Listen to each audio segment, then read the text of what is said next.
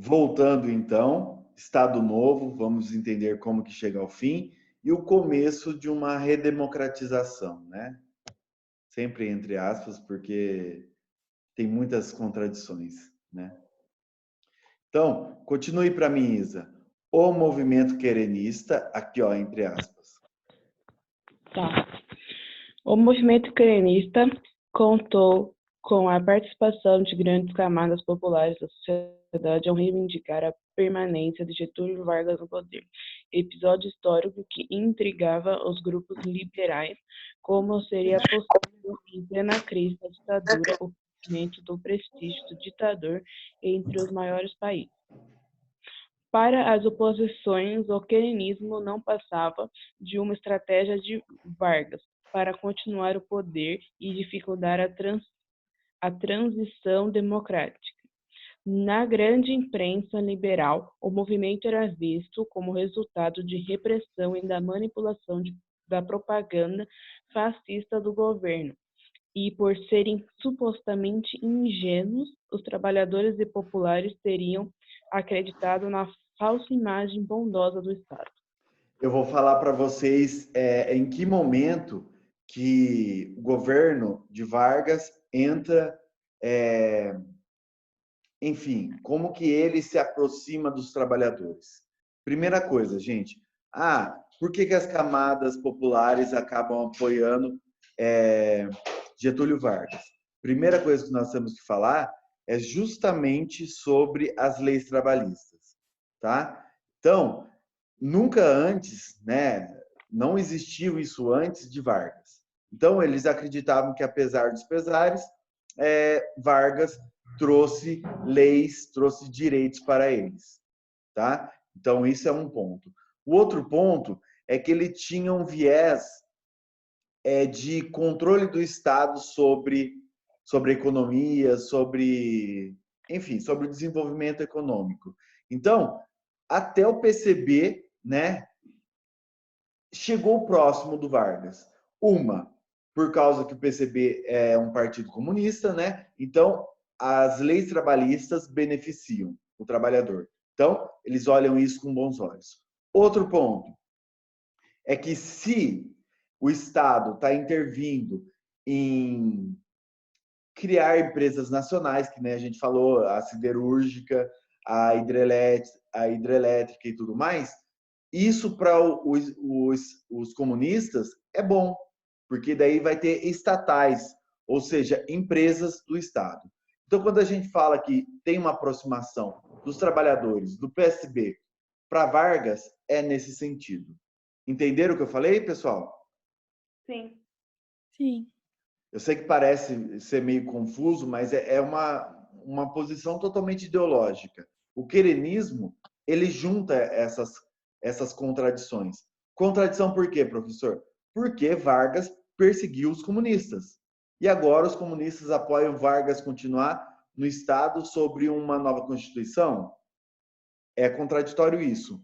Mas, se a gente analisar a questão ideológica, chega no que eu falei para vocês, que ele fez reformas, né, que ajudavam o trabalhador, e isso é um viés comunista também, né, ideologia de esquerda. Pode continuar para mim ali embaixo, Isa. O próprio presidente manifestou publicamente seu desejo de continuar no cargo, a ponto de ser alvo de uma anedota que circulou em 1945. Meu candidato é Eurico, mas se houver oportunidade, eu mudo uma letra, eu fico. Ah lá. Então ele usa vamos dizer, essa anedota, né, para realmente mostrar que ele não quer sair do poder. Então, a deposição dele é justamente porque ele mostra que não vai apoiar ninguém e, se for o caso, ele continua, tá? Essa era a ideia. Pode continuar, Isa.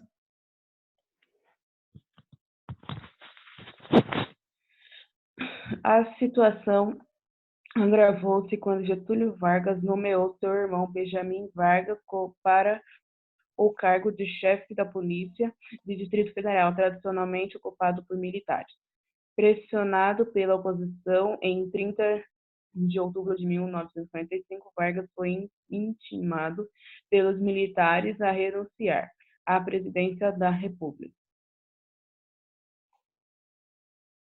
Passou interinamente ao ministro do Supremo Tribunal Federal, José Linhares. Tá, gente? Essa parte aqui é muito importante, que daí as próprias Forças Armadas que apoiavam ele acabou abandonando o mesmo, tá? E daí ele é tirado do governo e coloca sobre comando do Supremo Tribunal Federal, tá? O principal órgão de representação do judiciário. Beleza? Sim. Tá bom. Vamos ali embaixo agora. Vocês estão pegando tudo as informações, gente? Uhum. Tá. As eleições, vai, Isa, só para terminar essa página. As eleições foram realizadas na data prevista, com a vitória do candidato da coligação PSD e PTB, Eurico Gaspar Dutra. Beneficiado pela lei eleitoral, Vargas disputou ao mesmo tempo um cargo no Senado e outro na Câmara. Eleito para ambos, escolheu ser senador pelo PSD gaúcho. Então, mesmo assim, né, Vargas continua na política, né? Ele acaba escolhendo ser senador pelo PSD gaúcho. Certo? Esse é o final da era Vargas. Ah, professor, Vargas não volta mais? Volta. Nós vamos ver na próxima eleição. Certo? Aham. Nenhum comentário? Não. Vocês não vão falar que, nossa, nunca acaba o governo de Vargas? Ele ainda vai voltar? Então é isso. Deixa eu ver aqui. Esse cara da zona. Ele foi abraçado pelo povo, gente. Ele vai voltar, na verdade, no braços do povo. Deixa eu ver. Mas ele vai voltar como presidente? Presidente. Agora eleito pelo povo. Professor, como assim eleito pelo povo? Ele fez uma ditadura militar. Ele perseguiu a galera. Ele tinha ideais fascistas. Como que o povo ainda aceita ele? Gente, na prática, né, da política de Vargas, ele ajudou muito a população mais pobre, né, com férias, como que fala?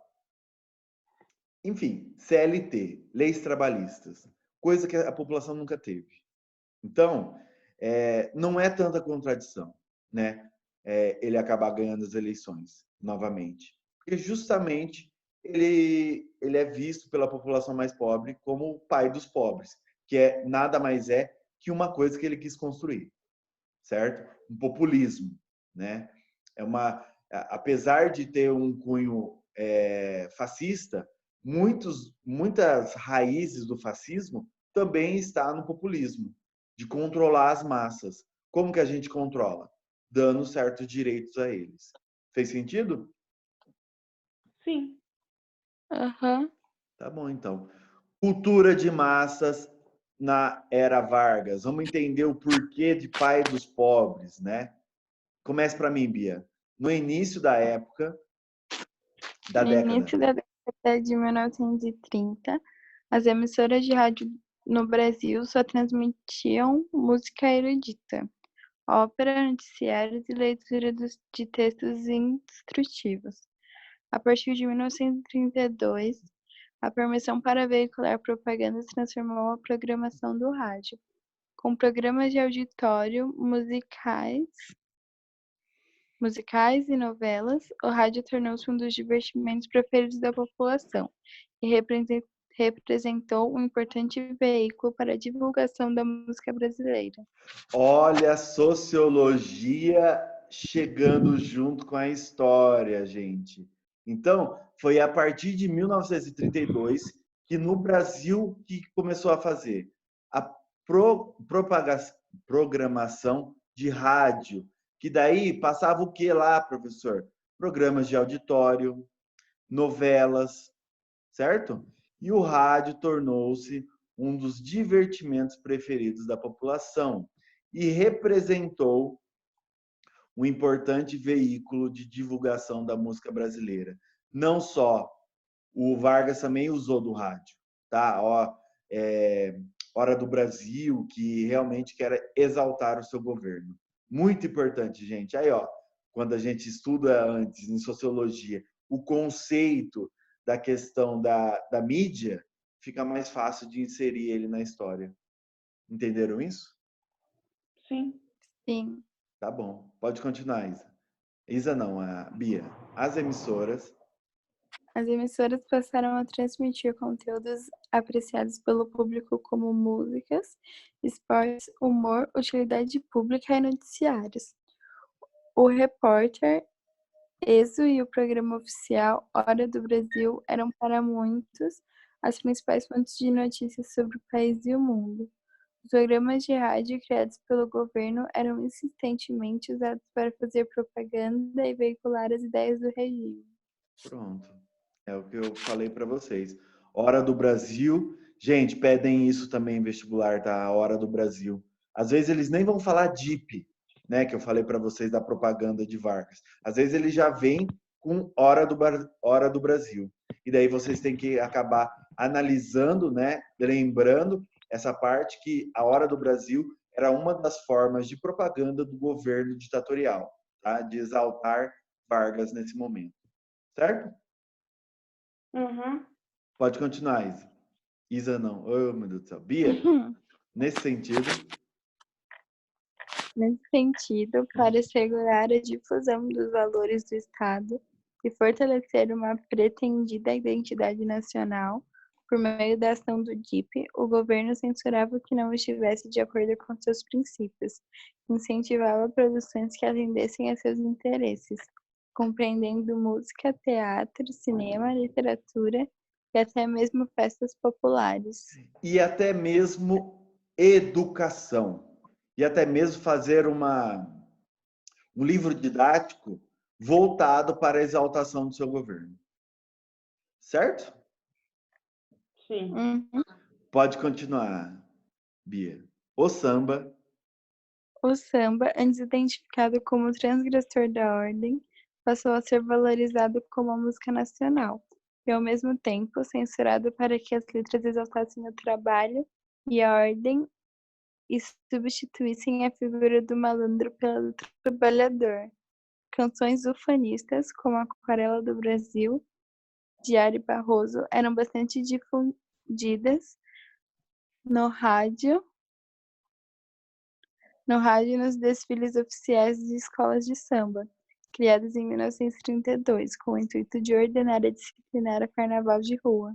Muito bem. Então, ele usa o samba, né? Ele muda a origem, né, do samba, que era uma coisa mais popular, né, mais das periferias, Nordeste, que nasce o samba, né? Depois vem para o Rio de Janeiro e tudo mais.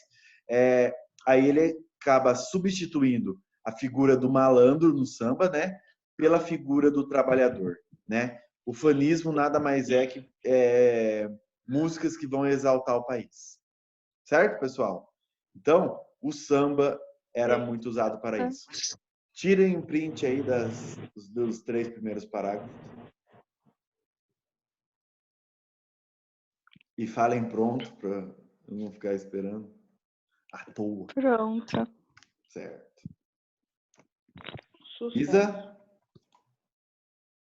Pronto. Tá.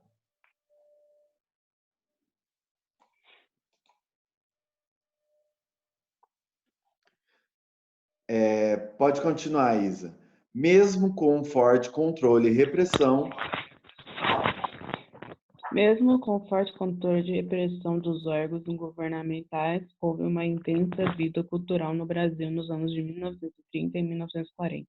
Muitos artistas e intelectuais buscavam aprender características ligadas a uma identidade brasileira. Na literatura, importantes obras foram lançadas, como Vidas Secas, de Graciliano Ramos, A Estrela Sobe, de Marquês Rebelo, Perto do Coração Selvagem, de Clarice Lispector, A Terra do Sem Fim, de Jorge Amado.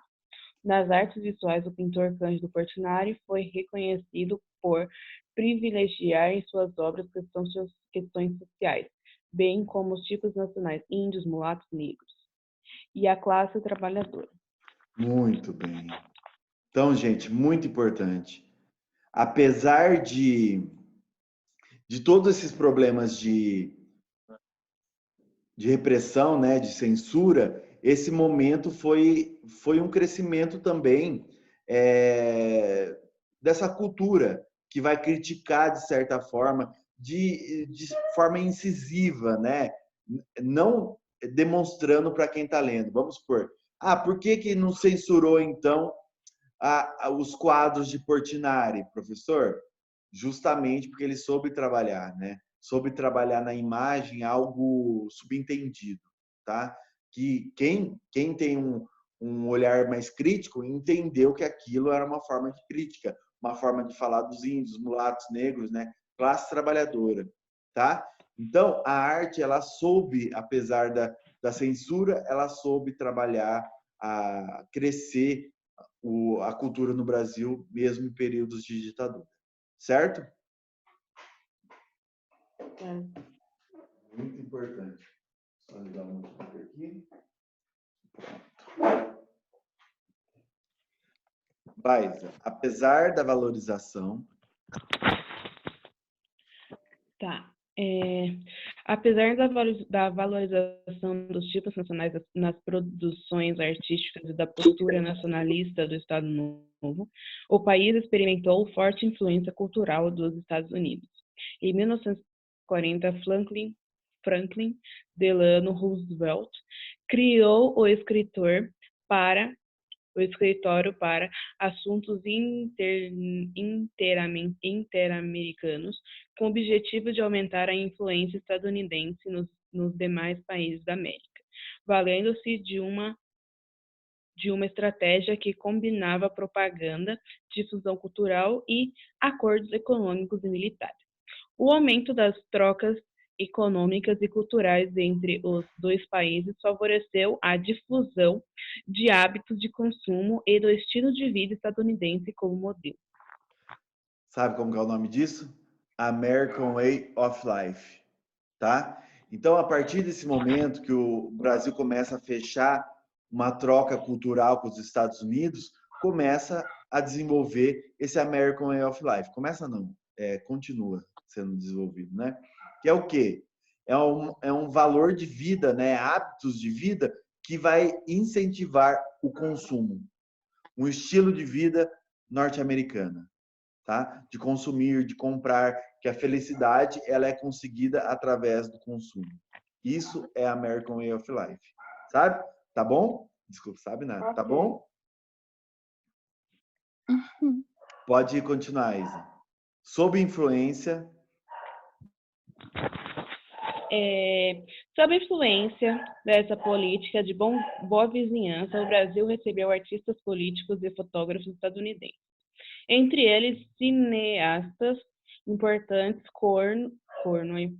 como Orson Welles e Walt Disney, em sua passagem pelo país. Welles iniciou a produção do documento É Tudo Verdade, It's All True, contando a história real de 4 homens que viajavam de Fortaleza ao Rio de Janeiro em uma jangada, com o intuito de pedir ao presidente Vargas melhorias em suas condições de vida e de trabalho.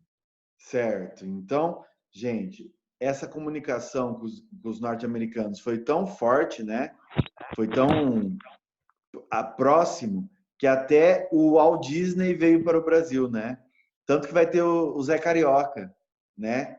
Que é um personagem da Walt Disney que representa o Brasil. Certo? Já ouviram falar? Zé Carioca? Já. É um papagaio, né? Não é à toa que depois o Rio também vai ser uma arara, uma representação da fauna, certo? Do Brasil. Então ele é representado assim, com esses animais, tá? Isso é uma forma de exaltar a beleza natural do Brasil. Tiraram um print? Sim. Sim. Ok. É legal essa parte cultural, né? Também. Ah, gente. Ai, esqueci. Carmen Miranda. Olha, quem nunca ouviu falar na Carmen Miranda? Quem nunca? Já ouviram? Lógico. Que ficava com Quem as nunca? frutas, cuticutico lá, cuticutico tá, né? Aquela musiquinha dela lá. Daí o que acontece? É uma representação desse americanismo, né? Dessa popularização dos norte-americanos, do cinema hollywoodiano, colocando a Carmen Miranda, tá? E colocando, obviamente, como algo exótico. Pois é. Deixa eu ver o que temos agora. Atividades. Decifrando. Acabamos a parte de Vargas. Deixa eu ver o que vai ser o próximo. Oh, Guerra Fria. Então, semana que vem, Guerra Fria, pessoal. Eu vou liberar vocês antes, porque acabamos o primeiro capítulo. Não quer dizer que nós estamos adiantados, né? E eu vou só pausar o vídeo aqui.